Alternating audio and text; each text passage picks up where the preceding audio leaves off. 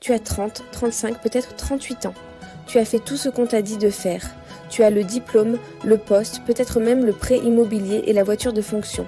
Sur le papier, tu as réussi, mais le dimanche soir, tu as cette boule au ventre. Ce sentiment diffus que tu es en train de vivre la vie de quelqu'un d'autre. Tu te dis, c'est ça la vie ? Encore 30 ans comme ça ? Si tu as peur aujourd'hui, à l'approche de la quarantaine, c'est normal. Mais voilà ce qui arrive quand on a trop peur à ce stade.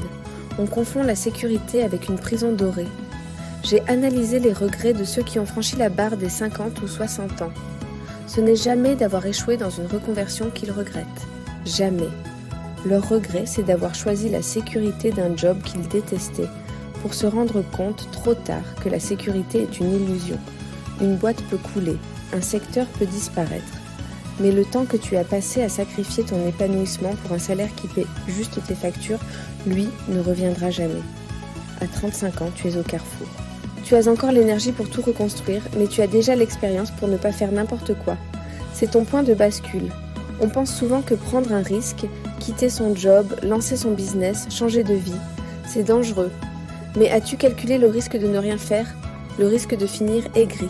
Le risque que tes enfants te voient rentrer épuisé et malheureux tous les soirs. Le risque de faire un burn-out à 45 ans parce que ton corps ne supporte plus de mentir à ton esprit. Si tu as entre 30 et 40 ans, ton plus gros risque, c'est de croire que tu as trop à perdre. En réalité, ce que tu as de plus précieux, ce n'est pas ton épargne ou ton titre sur LinkedIn. C'est ton énergie créative. Et elle commence à s'évaporer si tu ne l'utilises pas. La peur que tu ressens à 35 ans est différente de celle de tes 20 ans. À 20 ans, on a peur du ridicule. À 35 ans, on a peur du vide. Mais voici la clé.